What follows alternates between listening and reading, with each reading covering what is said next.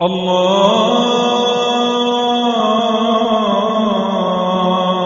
اکبر اللہ اکبر بسم اللہ الرحمن الرحیم۔ حضرات محترم، اگر کوئی اولاد، کوئی بیٹا یا کوئی بیٹی اپنے والدین کا حق کسی اور کو دے ڈالیں تو آپ اس پر کیا حکم لگائیں گے؟ دنیا والوں کی کیا بات کرنی، محمد الرسول اللہ صلی اللہ علیہ وآلہ وسلم جو سید ولد آدم ہیں، سید الانبیاء والمرسلین ہیں، سید الاولین والآخرین ہیں، آپ نے ارشاد فرمایا من انتسب الى غیر ابیہ فعلیہ لعنت اللہ والملائکۃ والناس اجمعین۔ جو شخص اپنے باپ کو چھوڑ کر، اپنے حقیقی باپ کو چھوڑ کر کسی اور کی طرف نسبت کرے، کسی اور کی طرف نسبت کرے، اپنے حقیقی باپ سے اپنی نسبت ختم کر دے، توڑ دے، کسی اور سے اپنی نسبت جوڑ لے، محمد الرسول اللہ صلی اللہ علیہ وآلہ وسلم نے ارشاد فرمایا فعلیہ لعنت اللہ والملائکہ والناس اجمعین۔ اس شخص پر اللہ کی لعنت ہے، فرشتوں کی لعنت ہے اور تمام لوگوں کی لعنت ہے۔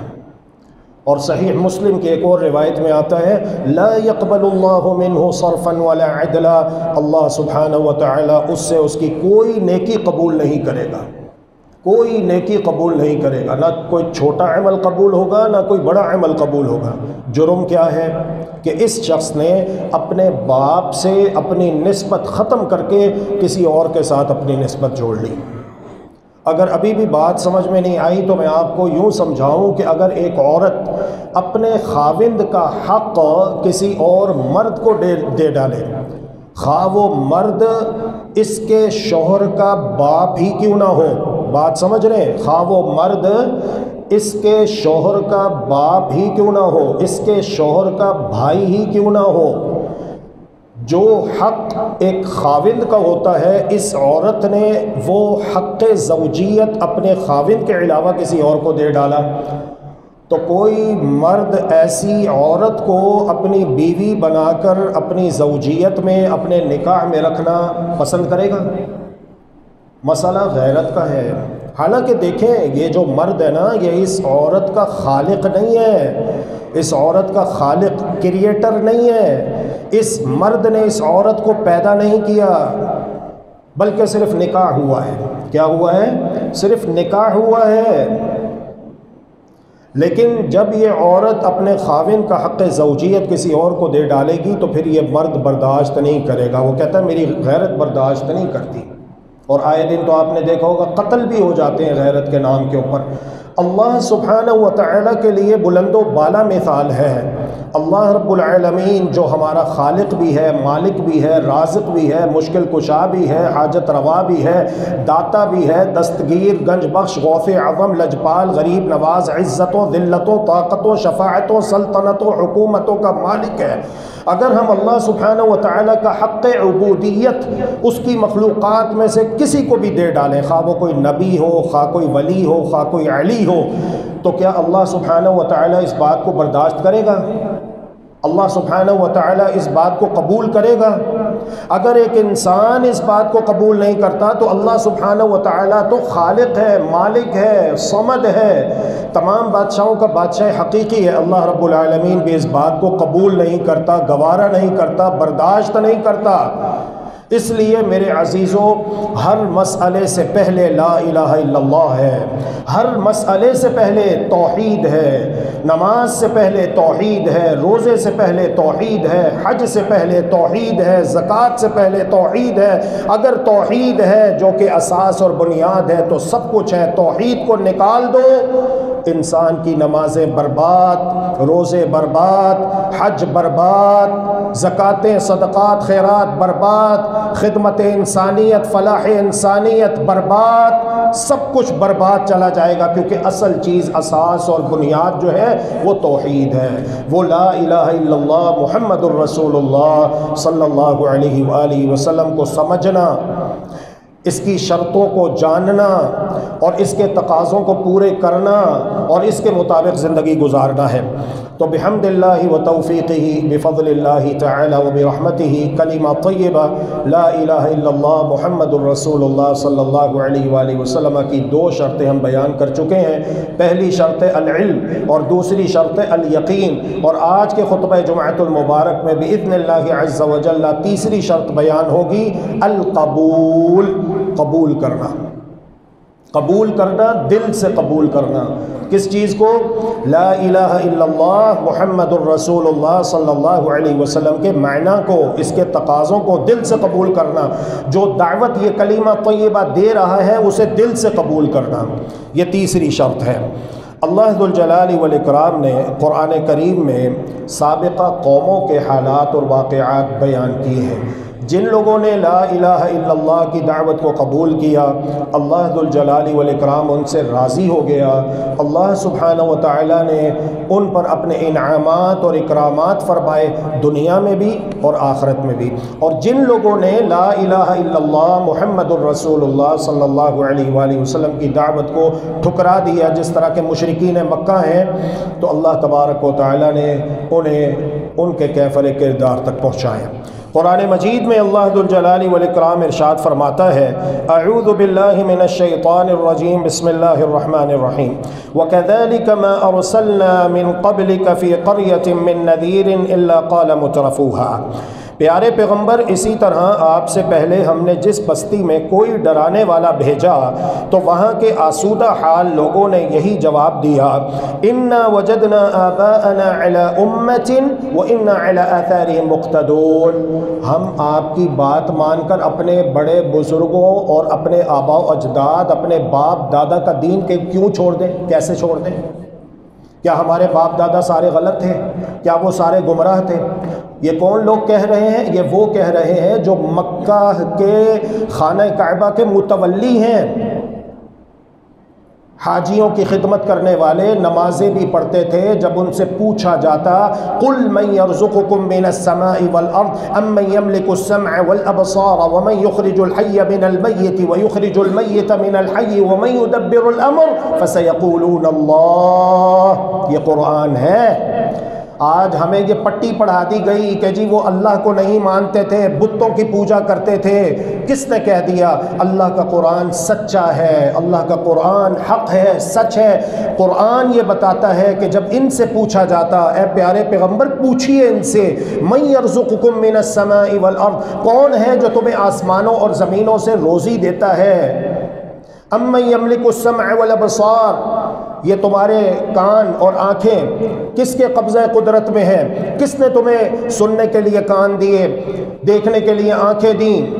کون ہے جو زندے سے مردہ، مردے سے زندہ نکالتا ہے؟ کون ہے جو اس پوری کائنات کا نظام چلا رہا ہے؟ یہ مکہ کے مشرک جواب دیں گے، فَسَيَقُولُونَ اللَّهُ، یہ سارے کام اللہ کرتا ہے۔ فقل، اے پیارے پیغمبر پھر آپ ان سے کہیے، افلا تتقون، پھر تم ڈرتے نہیں ہو؟ پھر تم اپنی عبادت کو ایک اللہ کے لیے خالص نہیں کرتے؟ پھر تم نے خانہ کعبہ میں 360 بت کیوں رکھے ہوئے ہیں؟ تو جواب دیتے، ما نعبدہم، اگر کوئی یہ سمجھے کہ ہم ان کی عبادت کرتے ہیں تو اسے غلطی لگتی ہے۔ ہم عبادت اللہ کی کرتے ہیں، لیکن الا لیقربونا الی اللہ زلفا، ان کے ذریعے سے، ان کے واسطے سے، ان کے صدقے طفیل ہم اللہ سے قریب ہوتے ہیں، یہ ہمیں اللہ سے قریب کرتے ہیں۔ یہ ان کا شرک تھا۔ یہ قرآن مجید کی بات ہے۔ اللہ تبارک و تعالی ہمیں قرآن مجید کو کھلے دل کے ساتھ پڑھنے کی، سمجھنے کی، اور جو دعوت قرآن پیش کر رہا ہے اسے دل سے قبول کرنے کی توفیق عطا فرمائے۔ اللہ کی قسم، اسی میں نجات ہے، اسی میں کامیابی ہے۔ تو قرآن مجید کہتا ہے، اے پیارے پیغمبر، جب آپ سے پہلے ہم نے جس بستی میں کوئی بھی ڈرانے والا بھیجا تو جو وہاں کے آسودہ حال لوگ تھے، مالدار تھے، متمول طبقہ تھا، انہوں نے یہی جواب دیا، کیا ہم اپنے باپ دادا کے دین کو چھوڑ دیں جس پر ہم نے انہیں پایا ہے؟ ہم تو انہی کے نقش قدم کی پیروی کر رہے ہیں۔ قال اولو جئتکم بأہدی مما وجدتم علیہ آباکم، نبی نے کہا اگرچہ میں تمہارے پاس اس سے بہتر مقصود تک پہنچانے والا طریقہ لے کر آیا ہوں جس پر تم نے اپنے باپ دادوں کو پایا۔ اگر تمہارے باپ دادا غلط تھے، گمراہ تھے، جہنم کے راستے پر چل رہے تھے، تو کیا علم حاصل ہو جانے کے بعد تم اپنے باپ دادا کے غلط راستے کا انتخاب کرو گے؟ یہ کیسی عقل مندی ہے؟ قالوا انا بما ارسلتم به کافرون، تو انہوں نے جواب دیا ہم اس کے منکر ہیں جسے تمہیں دے کر بھیجا گیا ہے، ہم نہیں مانتے۔ نبیوں کی دعوت کو ٹھکرا دیا۔ نبی کہہ رہے ہیں کہ یہ جو تم نے اپنے اور اللہ کے درمیان واسطے وسیلے مقرر کیے ہوئے ہیں نا، کہیں پر تم نے بت بنائے ہوئے ہیں، کہیں پر مزار بنائے ہوئے ہیں، کہیں پر دربار سجائے ہوئے ہیں، کہیں پر عرس ہے، کہیں پر میلہ ہے، تعویل یہ کرتے ہو کہ ہم ان کو خدا نہیں مانتے، ہم ان کو الہ نہیں مانتے، ہم ان کو اللہ کا بندہ مان کر ان کے پاس جاتے ہیں، تم نے یہ تعویلیں کر رکھی ہیں۔ اس عقیدے کو چھوڑ دو، اس عقیدے کو چھوڑ دو، ایک اللہ کی عبادت کرو، اپنی عبادت کو، اپنے دین کو اللہ کے لیے خالص کر دو۔ لا الہ، کوئی بھی عبادت کے لائق نہیں الا اللہ، سوائے اللہ سبحانہ وتعالیٰ کے۔ تو نبیوں کو انہوں نے کیا جواب دیا؟ انا بما ارسلتم به کافرون، ہم اس کے منکر ہیں جسے دے کر تمہیں بھیجا گیا، ہم نہیں مانتے یہ دعوت۔ تو اللہ رب العزت نے ارشاد فرمایا فانتقمنا منہم، انہوں نے یہ روش اختیار کر کے کسی کا کچھ نہیں بگاڑا، کسی کا کچھ نقصان نہیں کیا، بلکہ اپنا نقصان کیا۔ فانتقمنا منہم، اللہ رب العزت نے ارشاد فرمایا جب انہوں نے دعوت توحید کو ٹھکرا دیا پھر ہم نے ان سے انتقام لیا۔ فانظر، پس تم دیکھ لو، کیف کان عاقبۃ المکذبین، جھٹلانے والوں کا کیسا انجام ہوا، دیکھ لو تم، پھر خود ہی غور کر لو ان باتوں کے اوپر۔ اسی طرح اللہ سبحانہ و تعالیٰ نے قرآن مجید میں ارشاد فرمایا ہے، خبر دی ہے ہمیں کہ جو لوگ اس دعوت کو قبول کرتے ہیں اللہ سبحانہ و تعالیٰ نے ان کے لیے کیا کیا انعامات تیار کر رکھے ہیں، اور جو لوگ اس دعوت کو ٹھکرا دیتے ہیں تو اللہ رب العالمین نے پھر ان کے لیے کیسے کیسے دردناک عذابات تیار کر رکھے ہیں۔ استغفر اللہ و اتوب الیہ۔ آئیے اللہ کا قرآن پڑھیں۔ اللہ کا قرآن جہالت کے اندھیروں کو دور کر دیتا ہے، جہالت کے اندھیروں سے نکال کر ہدایت کے نور اور روشنی کی طرف لے آتا ہے۔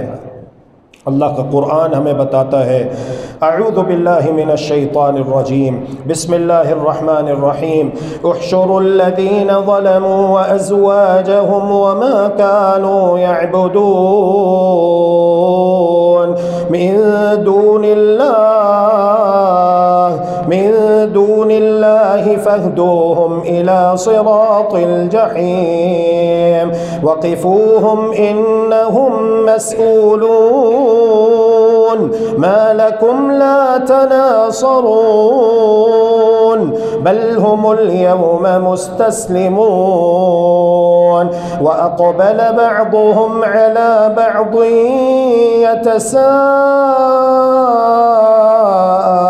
يتساءلون قالوا إنكم كنتم تأتوننا عن اليمين قالوا بل لم تكونوا مؤمنين وما كان لنا عليكم من سلطان بل كنتم قوما طاغين فحق علينا قول ربنا إنا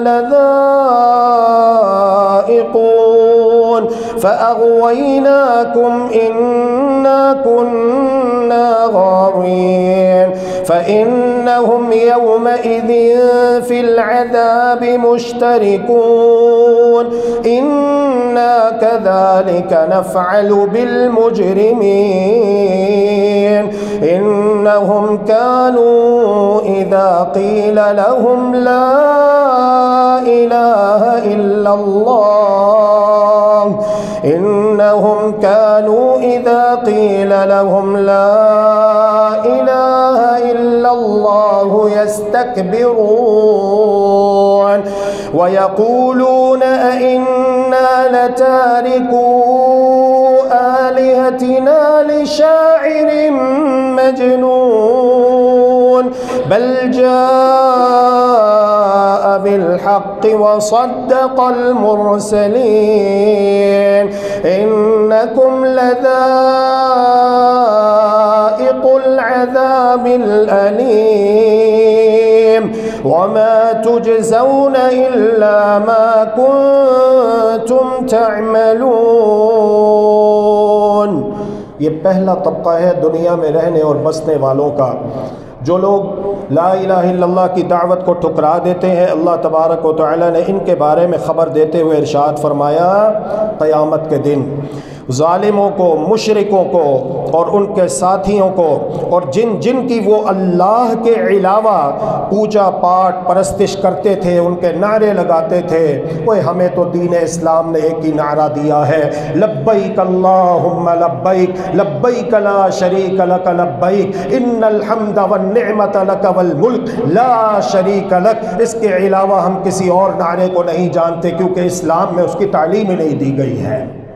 تعویلات نہیں، تعویلات کا سہارا وہ لوگ لیتے ہیں جن کے عقائد میں بگاڑ ہوتا ہے۔ اللہ کی قسم، ہم صاف ستھرے دین کی، جس کی راتیں بھی اس کے دن کی مانند روشن ہے۔ اللہ کے رسول فرما کر گئے، ترکتکم علی المحجۃ البیضاء، میں تمہیں ایک ایسے دین پر چھوڑے جا رہا ہوں جو اس قدر روشن ہے، لیلھا کنہارھا، کہ اس کی راتیں بھی اس کے دن کی مانند روشن ہے، لا یزیغ عنہا الا ہالک، اس سے وہی ہلاک ہوتا ہے، اس سے وہی ہٹتا ہے اور اس سے وہی دور جاتا ہے جس کے نصیبے میں اللہ تبارک و تعالی ہلاکت لکھ چکا ہو۔ ایک صحابی نے کہا، لبیک ذا المعارج۔ یہ معارج کیا ہے؟ اللہ تبارک و تعالی کی صفت ہے، لبیک ذا المعارج، اے بلندیوں کے مالک میں حاضر ہوں۔ صحابہ نے فوراً انکار کیا، اعتراض کیا، اللہ کے بندے ہم بھی کہہ سکتے ہیں، لیکن ہم اس لیے نہیں کہتے کہ رسول اللہ صلی اللہ علیہ وسلم کی یہ تعلیم نہیں ہے۔ اب آپ غور کیجئے کہ اگر ایک صحابی نے لبیک ذا المعارج کہا، اور ذا المعارج اللہ سبحانہ و تعالی کی صفت ہے، لیکن صحابہ نے اسے پسند نہیں کیا، کیوں؟ اس لیے کہ محمد الرسول اللہ صلی اللہ علیہ وسلم کی تربیت اور آپ کی تعلیم یہ نہیں ہے۔ تو پھر سوچئے، اگر لبیک کے ساتھ اللہ کی مخلوقات میں سے کسی نبی یا ولی یا علی کا نام استعمال کیا جائے تو کیا اسلام اس کی اجازت دے سکتا ہے؟ کیا صحابہ اس کی اجازت دیں گے؟ کیا پیغمبر اسلام محمد الرسول اللہ صلی اللہ علیہ وآلہ وسلم اس کی اجازت دیں گے؟ سوچئے۔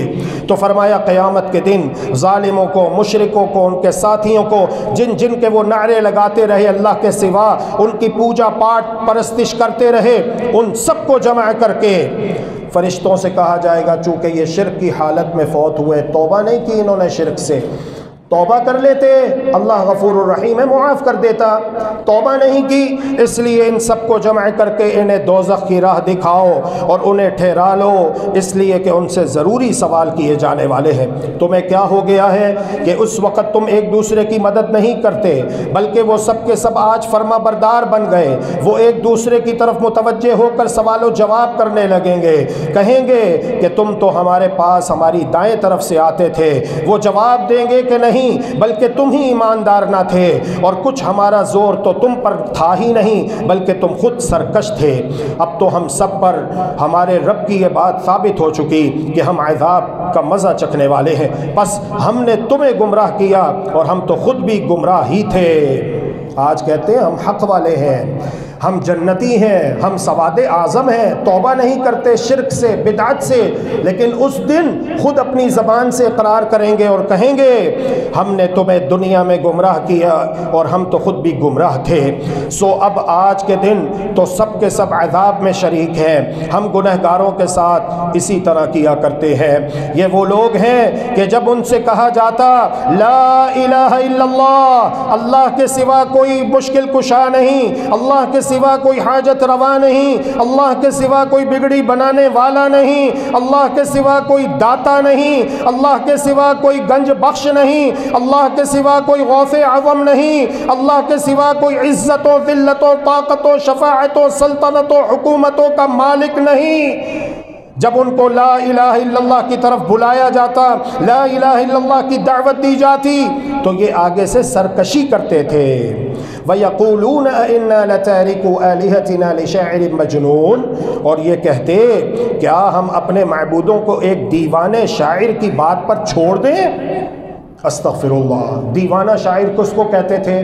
مکہ کے لوگ، مشرک جو اللہ کو مانتے بھی تھے، نمازیں بھی پڑھتے تھے، روزے بھی رکھتے تھے، خانہ کعبہ کے متولی ہیں، حاجیوں کی خدمت کر رہے ہیں، ستو گھول گھول کے انہیں پلا رہے ہیں۔ ہمارے پیارے نبی کو کیا کہتے؟ قرآن کہتا ہے کہ وہ دیوانہ اور شاعر کہتے ہیں۔ استغفر اللہ واتوب الیہ۔ نہیں مانی دعوت توحید، دعوت توحید کو قبول نہیں کیا، تو پھر کیا ہوا؟ اللہ رب العالمین نے جواب دیا، بل جاء بالحق وصدق المرسلین، نہیں بلکہ نبی تو حق لائے ہیں اور سب رسولوں کو سچا جانتے ہیں۔ انکم لذائق العذاب العلیم، یقیناً تم دردناک عذاب کا مزہ چکھنے والے ہو۔ اس دن یقین کر لیں گے اس بات کے اوپر۔ قرآن بتاتا ہے ان القوت للہ جمیعا، بے شک ساری قوت، بے شک سارے اختیارات اکیلے اللہ کے پاس ہیں۔ جن کو ہم دنیا میں اختیارات کا مالک سمجھتے رہے، کرنی بھرنی والا سمجھتے رہے، داتا دستگیر گنج بخش غوث اعظم لجپال غریب نواز سمجھتے رہے، آج ہم قیامت کے دن دیکھ رہے ہیں کہ وہ تو خود اللہ کی بارگاہ میں پسینے میں ڈوبے ہوئے اللہ کی بارگاہ میں تھر تھر کانپ رہے ہیں۔ ہماری وہ کیا فکر کریں گے؟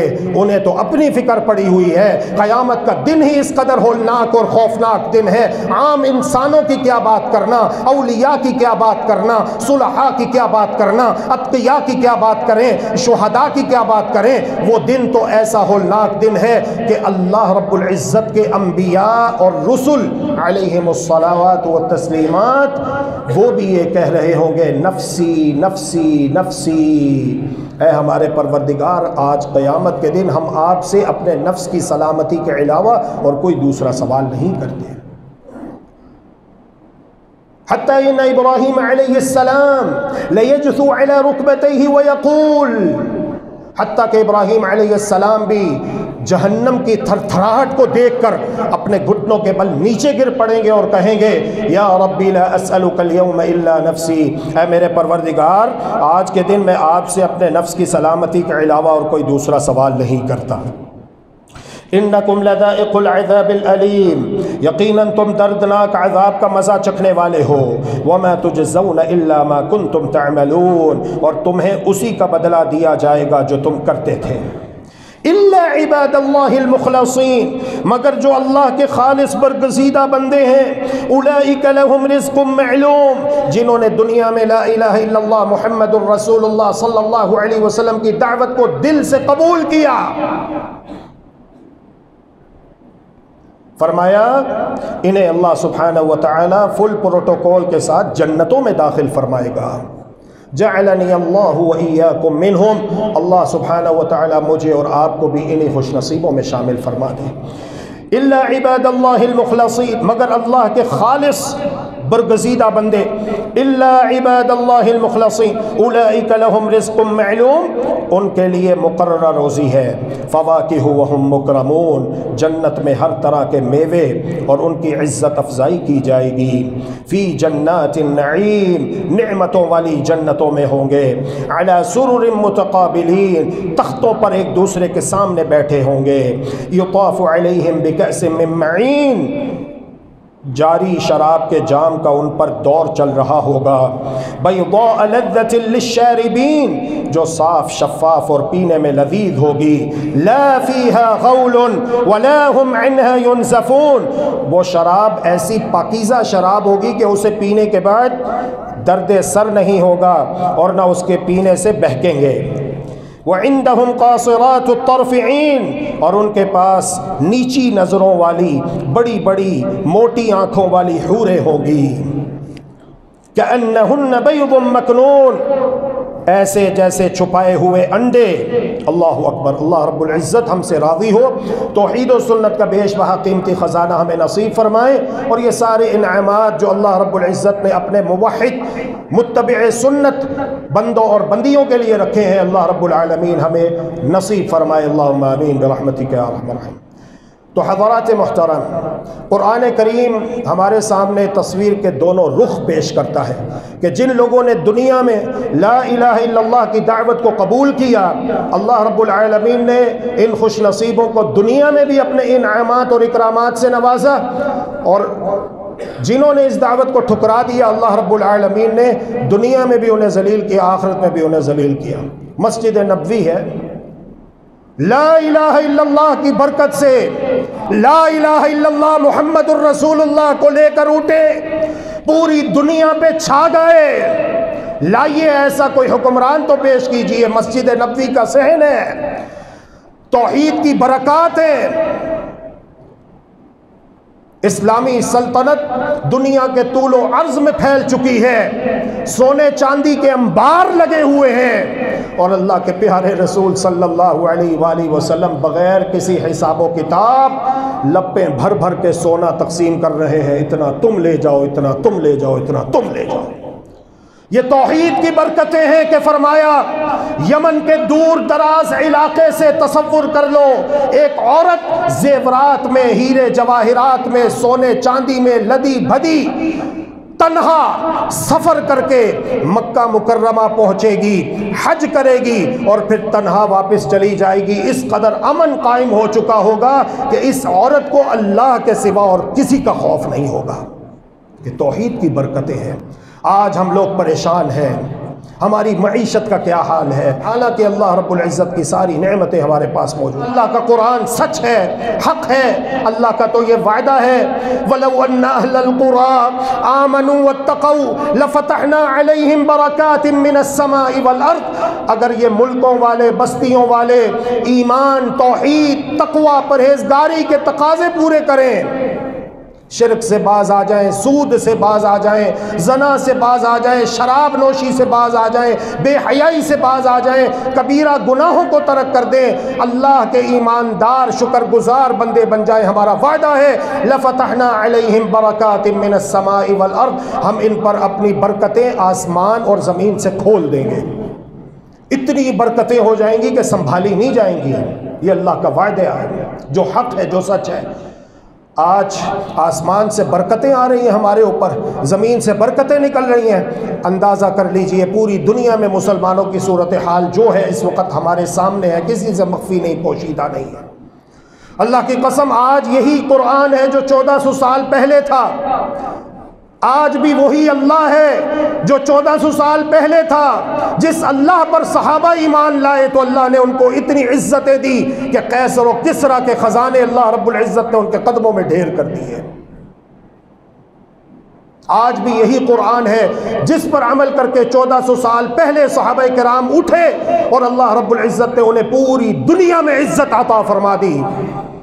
شاعر مشرق ڈاکٹر علامہ اقبال کہتے ہیں وہ معزز تھے زمانے میں حامل قرآن ہو کر، اور تم ذلیل و خوار ہوئے تارک قرآن بن کر۔ کیا یہ حقیقت نہیں ہے؟ ان اللہ یرفع بهذا الكتاب اقواما ويضع به آخرین۔ اللہ اکبر۔ سیدنا علی رضی اللہ تعالی عنہ، ان سے محبت ایمان کا جزو ہے۔ وہ شخص مومن ہی نہیں، وہ شخص مومن ہی نہیں جو سیدنا علی حیدر کرار، حسنین کریمین کے بابا جان، خاوند فاطمہ بتول، سیدہ فاطمہ الزہرا صلوات اللہ علیہا سلام اللہ علیہا کے شوہر محترم سے محبت نہ کرے، وہ شخص مومن ہی نہیں ہے۔ ہمارا یہ عقیدہ ہے، اہل السنت والجماعہ، اہل الحدیث کا یہ عقیدہ ہے، سلف صالحین کا یہ عقیدہ ہے، اور یہی اہل سنت والجماعت کا منہج ہے کہ سیدنا علی رضی اللہ تعالی عنہ اہل بیت میں داخل ہے، شامل ہیں، جس طرح پیارے پیغمبر علیہ الصلوۃ کی سب بیویاں، سب ازواج مطہرات اہل بیت میں داخل اور شامل ہیں۔ جس طرح اہل بیت میں پیارے پیغمبر علیہ الصلاۃ والسلام کی سب بیٹیاں 4 بیٹیاں ہیں، چاروں کی چاروں بیٹیاں اہل بیت میں شامل ہیں، اسی طرح سیدنا علی رضی اللہ عنہ بھی اہل بیت میں شامل ہیں، اور ان سے محبت ایمان کا جزو لا ينفک ہے۔ ہم ان سے محبت کرتے ہیں، ہمارا ایمان مکمل نہیں جب تک ہم ان سے محبت نہ کریں۔ پیارے پیغمبر علیہ الصلاۃ والسلام ارشاد فرماتے ہیں والذی نفسی بیدی، اس ذات کی قسم ہے جس کے ہاتھ میں محمد کی جان ہے، لا یبغضون اہل البیت احد الا دخل النار، ہم اہل بیت سے جو بھی بغض رکھے گا وہ دوزخ میں جائے گا، وہ جہنم کی آگ میں جائے گا۔ اس لیے الحمدللہ اللہ کا شکر ہے کہ ہم اہل بیت سے محبت کرتے ہیں، عقیدت رکھتے ہیں دل سے۔ سیدنا علی رضی اللہ عنہ وہ ہیں، غزوہ خیبر کے موقع پر پیارے پیغمبر علیہ الصلاۃ والسلام نے ارشاد فرمایا شام ہو چکی ہے، دن ڈھلنے کو ہے، سورج غروب ہونے کے قریب ہے، جب کل صبح طلوع ہوگی لَأُعْطِيَنَّ الرَّایَةَ غَدًا رَجُلًا يُحِبُّ اللَّهَ وَرَسُولَهُ وَيُحِبُّهُ اللَّهُ وَرَسُولُهُ، جب کل دن کا آغاز ہوگا تو میں جھنڈا ایسے شخص کو دوں گا جو اللہ اور اس کے رسول سے محبت کرتا ہے، اور اللہ اور اس کا رسول بھی اس سے محبت کرتا ہے۔ تمام صحابہ جمع ہیں، اللہ کے رسول صلی اللہ علیہ وسلم ان سب پر ایک نظر دوڑاتے ہیں، دائیں سے لے کر بائیں تک دیکھا، پھر بائیں سے دائیں تک دیکھا، دیکھا کہ سب جمع ہیں لیکن علی نظر نہیں آ رہے، پوچھا این علی، علی کہاں ہیں؟ بتایا گیا یا رسول اللہ علی اپنے بستر پر آرام کر رہے ہیں، ان کی آنکھوں میں درد ہے۔ اللہ کے رسول صلی اللہ علیہ وآلہ وسلم نے بلایا، جاؤ علی کو بلا کے لاؤ۔ علی آ گئے، رسول اکرم صلی اللہ علیہ وسلم نے اپنا لعاب مبارک، اپنا دہن مبارک سیدنا علی رضی اللہ تعالی عنہ کی آنکھوں پر لگایا۔ سیدنا علی رضی اللہ عنہ کہتے ہیں اللہ کی قسم اس کے بعد میری نگاہ بھی تیز ہو گئی اور ساری زندگی مجھے کبھی دوبارہ آنکھوں میں درد نہیں محسوس ہوا۔ سیدنا علی رضی اللہ عنہ وہ ہیں جو اللہ سے محبت کرتے ہیں، اللہ کے رسول سے محبت کرتے ہیں، اور اللہ رب العالمین بھی سیدنا علی رضی اللہ عنہ سے محبت کرتا ہے، اللہ کے رسول بھی سیدنا علی رضی اللہ عنہ سے محبت کرتے ہیں۔ یہ ہمارا ایمان ہے، دل سے الحمدللہ ہم اس پر ایمان رکھتے ہیں۔ لیکن حضرات محترم، اس کا مطلب یہ نہیں ہے کہ ہم سیدنا علی رضی اللہ تعالی عنہ کی ذات کے بارے میں غلو کریں۔ غلو یہ لفظ یاد رکھیے گا، اس کے 3 حرف ہیں، غین، لام اور واو، عین غین، عین غین، عین کے بعد جو غین آتا ہے، غین لام اور واو، غلو۔ غلو کا معنی یہ ہوتا ہے حد سے تجاوز کرنا، کسی کی تعریف میں مبالغہ آرائی کرنا۔ نئی بات سمجھ آئی؟ آسان لفظوں میں سمجھاؤں، امتی کے مقام کو بڑھا کر نبی کے برابر کر دینا، یا نبی کے مقام کو بڑھا کر اللہ کے برابر کر دینا۔ اب سمجھ آئی؟ ادھر لکھنا یا اللہ، ادھر لکھنا یا محمد، اب آپ نے دونوں کو برابر کر دیا کہ نہیں کیا؟ سوچئے۔ ماشاءاللہ لا قوت الا باللہ، پڑھے لکھے سب لوگ بیٹھے۔ محمد الرسول اللہ صلی اللہ علیہ وآلہ وسلم نے جو اپنے ہاتھ مبارک میں انگوٹھی پہنی اس پہ منقش تھا محمد الرسول اللہ صلی اللہ علیہ وسلم، لیکن سب سے اوپر اللہ رب العالمین کا اسم گرامی ہے، اور درمیان میں رسول ہے، اور سب سے نیچے آخر میں محمد ہے صلی اللہ علیہ وآلہ وسلم۔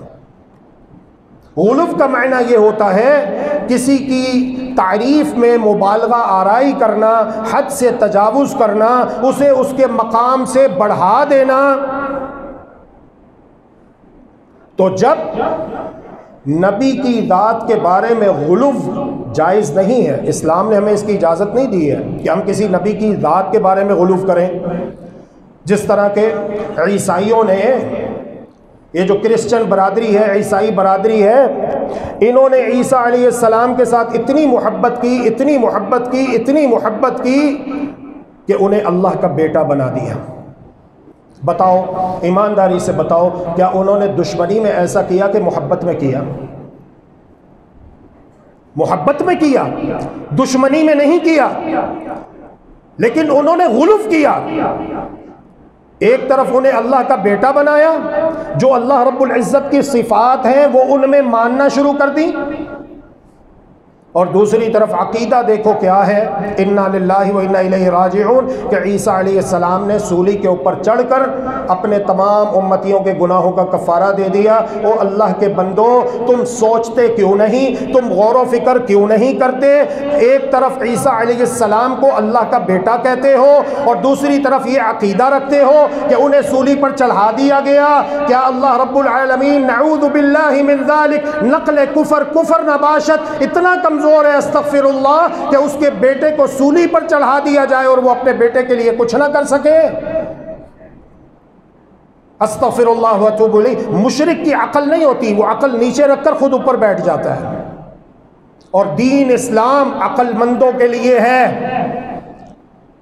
قرآن مجید عقل مندوں کے لیے ہے، سوچنے سمجھنے والوں کے لیے ہے، غور و فکر کرنے والوں کے لیے ہے۔ جو پتھر کے لکیریں کہتے ہیں جی مولوی صاحب نے جو کہہ دیا ہمیں کیا پتا، مولوی صاحب کہتے ہیں ان کی بات پتھر پہ لکیر ہے، ہم لکیر کے فقیر ہیں، ہمیں کیا پتا ہو جی؟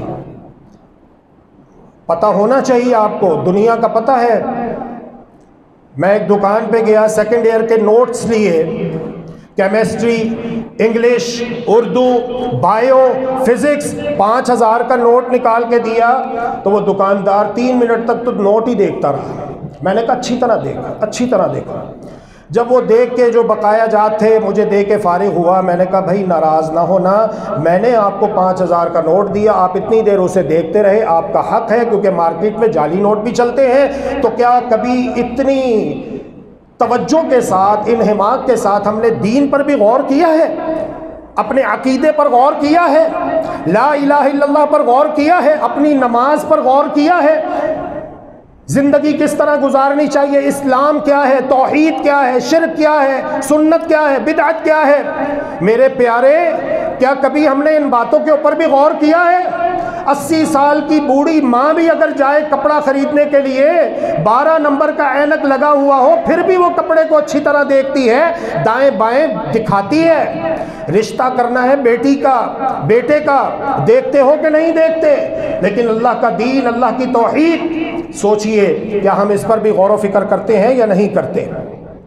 اللہ اکبر۔ تو آئیے غور و فکر کریں، غور و فکر کریں۔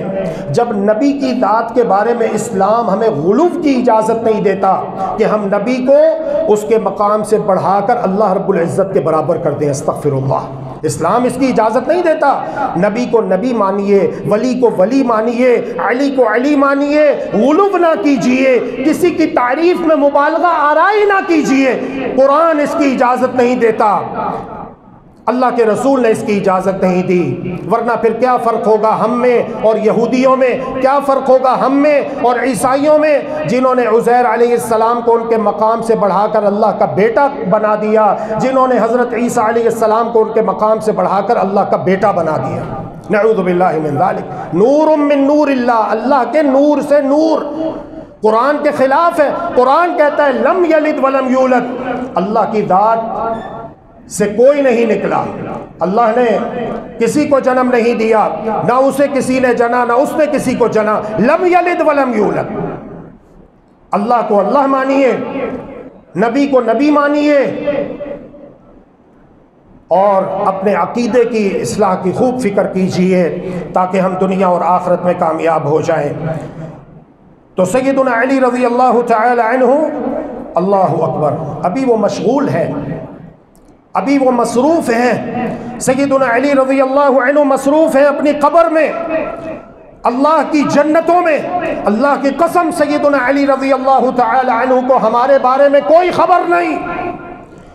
سیدنا علی رضی اللہ تعالی عنہ کے نام کا نعرہ لگانا، یا علی مدد، یا عبد القادر جیلانی مدد، وہ کہاں پر ہے؟ کوفہ میں۔ اور دعویٰ یہ رکھنا، عقیدہ یہ رکھنا کہ سیدنا علی رضی اللہ عنہ ہماری حاجتیں پوری کرتے ہیں، ہمیں مشکلات سے نجات دیتے ہیں۔ اچھا پھر سوچئے، اللہ کے لیے سوچئے، لڑائی جھگڑا کوئی نہیں، فرقہ واریت کوئی نہیں، مذہبی منافرت کوئی نہیں، انتشار کوئی نہیں، مسئلہ جنت اور دوزخ کا ہے، مسئلہ جنت اور دوزخ کا ہے۔ قیامت کے دن تیسرا گروہ کوئی نہیں ہوگا، ایک گروہ جنت میں جائے گا، دوسرا گروہ جہنم میں جائے گا۔ اس لیے سنجیدگی کے ساتھ غور کیجئے۔ جب سیدنا حسن رضی اللہ عنہ کو ایران سے آئی ہوئی عورت جو آپ کی بیوی بن کر آئی اس نے زہر دیا، تو سیدنا علی رضی اللہ عنہ نے اپنے بیٹے کی مدد کیوں نہ کی؟ جب سیدنا حسن حسین رضی اللہ تعالی عنہ کو کربلا میں بے دردی کے ساتھ شہید کیا گیا، تو سیدنا علی رضی اللہ تعالی عنہ نے سیدنا حسین رضی اللہ عنہ کی اور اپنے خانوادے کی مدد کیوں نہ کی؟ سیدنا علی رضی اللہ تعالی عنہ نے اپنی مدد کیوں نہ کی کہ جب وہ رات کے اندھیرے میں گھر سے نکلے فجر کی نماز پڑھانے کے لیے مسجد کی طرف جا رہے ہیں، دشمن جو اندھیرے میں چھپا بیٹھا تھا اس نے وار کر کے آپ کو شہید کر دیا۔ سیدنا علی رضی اللہ عنہ کسی اور کی کیا مدد کریں گے؟ وہ تو اپنی مدد نہ کر سکے۔ آپ کو شہید کیا گیا کہ نہیں کیا گیا؟ اللہ کے لیے سوچئے، اللہ کے لیے سوچئے۔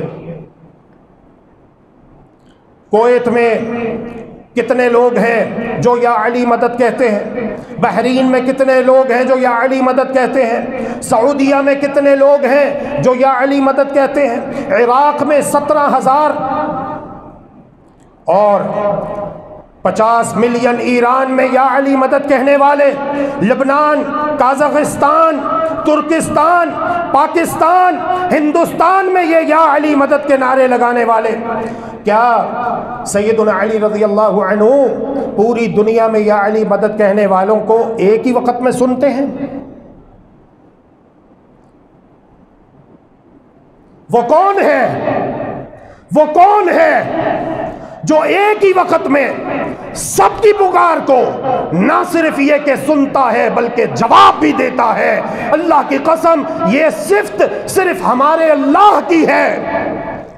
قل هو اللہ احد، کہہ دو وہ اللہ ایک ہے، اپنی ذات میں ایک ہے، اپنی صفات میں ایک ہے، اپنی الوہیت میں ایک ہے، اپنی ربوبیت میں ایک ہے، اپنے حقوق اور افعال میں ایک ہے۔ جو صفت اللہ کی ہے وہ صرف اللہ کی ہے۔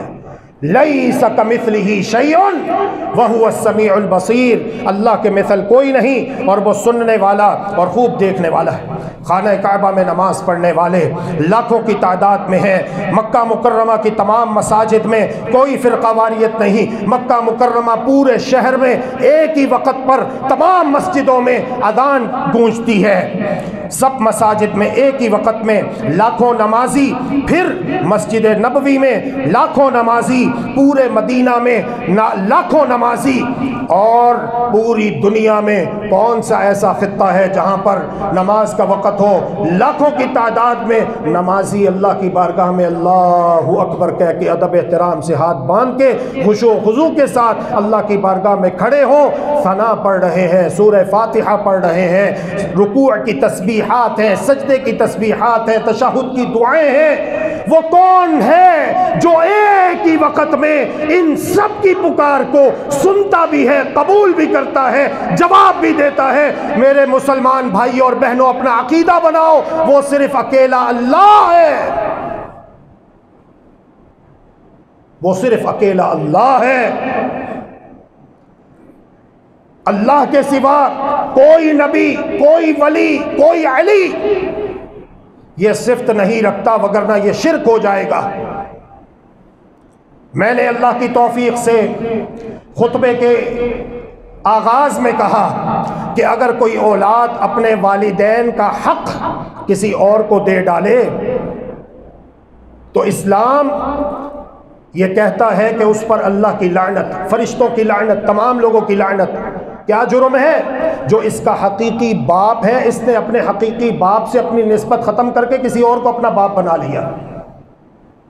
اگر ایک عورت اپنے شوہر کا حق زوجیت کسی اور کو دے ڈالے، خواہ وہ اس کے شوہر کا باپ ہو یا بھائی ہو یا کوئی اور ہو، تو آپ ایسی عورت کو کبھی بھی اپنی بیوی بنا کر اپنے گھر میں نہیں رکھیں گے، آپ کی غیرت برداشت نہیں کرتی۔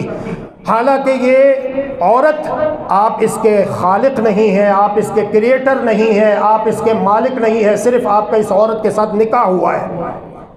اللہ رب العالمین کے لیے بلند و بالا مثال ہے، ماں کے پیٹ میں 9 مہینے تک خوراک بہم ہمیں اللہ رب العزت نے پہنچائی، 2 سال تک ماں کی چھاتیوں سے دودھ کی صورت میں ہماری خوراک کا بندوبست اللہ رب العزت نے کیا۔ پھر اس کے بعد بچپنا ہے، لڑکپن ہے، اور جب ہم عنفوان شباب میں قدم رکھیں تو ہم یہ کہیں کہ اللہ رب العالمین بہت دور ہے، ہماری سنتا نہیں، ان کی موڑتا نہیں، ہماری ان کے آگے، ان کی اللہ کے آگے۔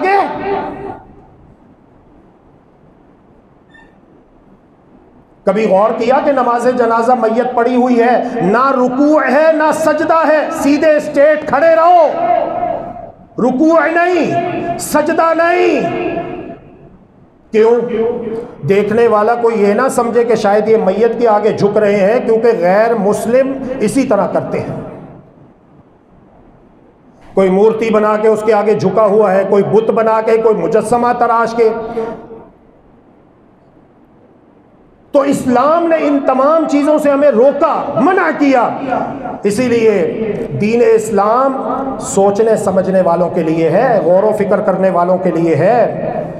اللہ اکبر۔ پھر حج کے لیے آئے ہوئے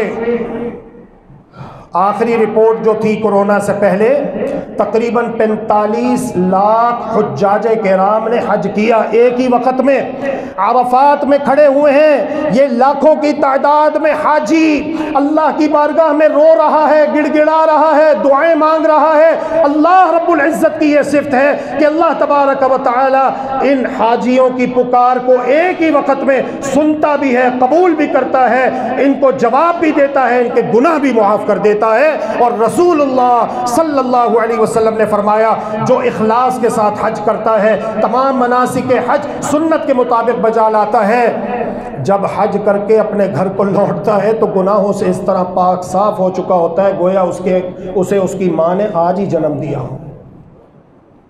اب یہ صفت جو اللہ رب العالمین کی ہے وہ صرف اللہ رب العالمین کی ہے، اللہ رب العالمین کے سوا کسی اور کی نہیں ہو سکتی۔ سیدنا علی رضی اللہ عنہ جب دنیا میں موجود تھے، ان کی زندگی میں اگر ان کے سامنے سے 2 آدمی آ جاتے اور دونوں ایک ہی وقت میں آ کر بولنا شروع کر دیتے تو سیدنا علی رضی اللہ عنہ انہیں گفتگو کے آداب سکھاتے کہ میں ایک وقت میں ایک آدمی کی گفتگو سن سکتا ہوں، ایک وقت میں 2 آدمیوں کی گفتگو نہیں سن سکتا، لہذا مجھ سے ایک وقت میں ایک آدمی بات کرے۔ اللہ کے بندو عقل سے سوچو، اللہ کی قسم فتنے فرقے کی بات نہیں۔ پوری دنیا میں کتنے لوگ، کوئی یا علی مدد کہنے والا، کوئی یا عبد القادر جیلانی مدد کہنے والا۔ اللہ کے بندو جب یہ سارے اللہ کے بندے دنیا میں زندہ موجود تھے، زندہ تھے دنیا میں، اگر ان کے سامنے سے 2 آدمی آ کر ایک ہی وقت میں بولنا شروع کر دیتے تو وہ کہتے نہیں، اس طرح گفتگو نہ کرو، گفتگو کے آداب ہیں،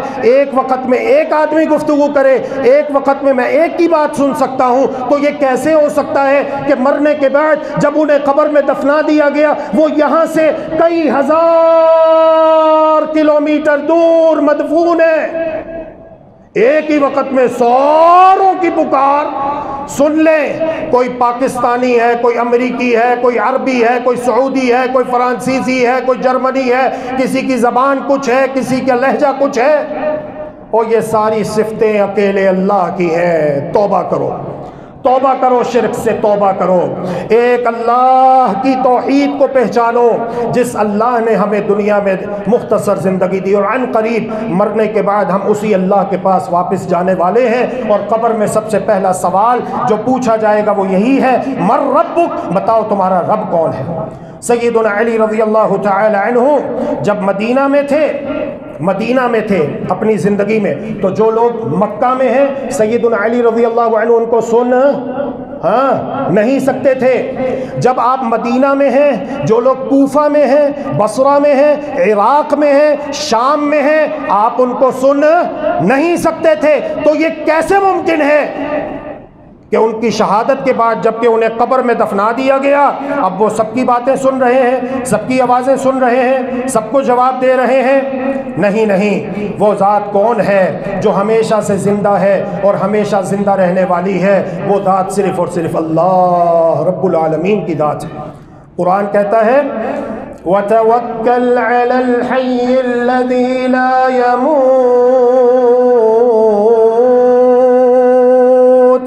وَتَوَكَّلْ عَلَى الْحَيِّ الَّذِي لَا يَمُوتُ وَسَبِّحْ بِحَمْدِهِ، بھروسہ رکھو، توکل کرو اللہ حی و قیوم پر جو ہمیشہ سے زندہ ہے، ہمیشہ زندہ رہے گا، اسے کبھی موت نہیں آئے گی۔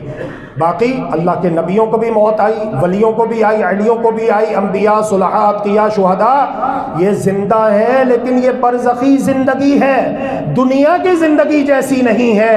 وگرنہ آپ سوچیں، آخری بات ہے، یہ کیسے ممکن ہے کہ شہید اگر زندہ ہے دنیا کے اندر، تو کیا اسلام اجازت دیتا ہے کہ اس کی بیوی کے ساتھ کوئی اور دوسرا مرد نکاح کر لے؟ کیا اسلام اس بات کی اجازت دیتا ہے کہ ایک عورت ایک ہی وقت میں دو آدمیوں کی بیوی بن کر رہے؟ نہیں اجازت دیتا۔ شہید زندہ ہے لیکن برزخ میں، اللہ کی جنتوں میں۔ اسی لیے جب ابو سلمہ رضی اللہ عنہ شہید ہو گئے، ام سلمہ رضی اللہ عنہ کی عدت کے ایام اپنی انتہا کو پہنچے تو محمد الرسول اللہ صلی اللہ علیہ وسلم نے انہیں نکاح کا پیغام بھجوایا اور ان کے ساتھ نکاح کیا، نکاح کیا شہید کی بیوہ کے ساتھ۔ پتہ چلا کہ شہید زندہ ہے لیکن دنیا میں نہیں، اللہ کی جنتوں میں ہے۔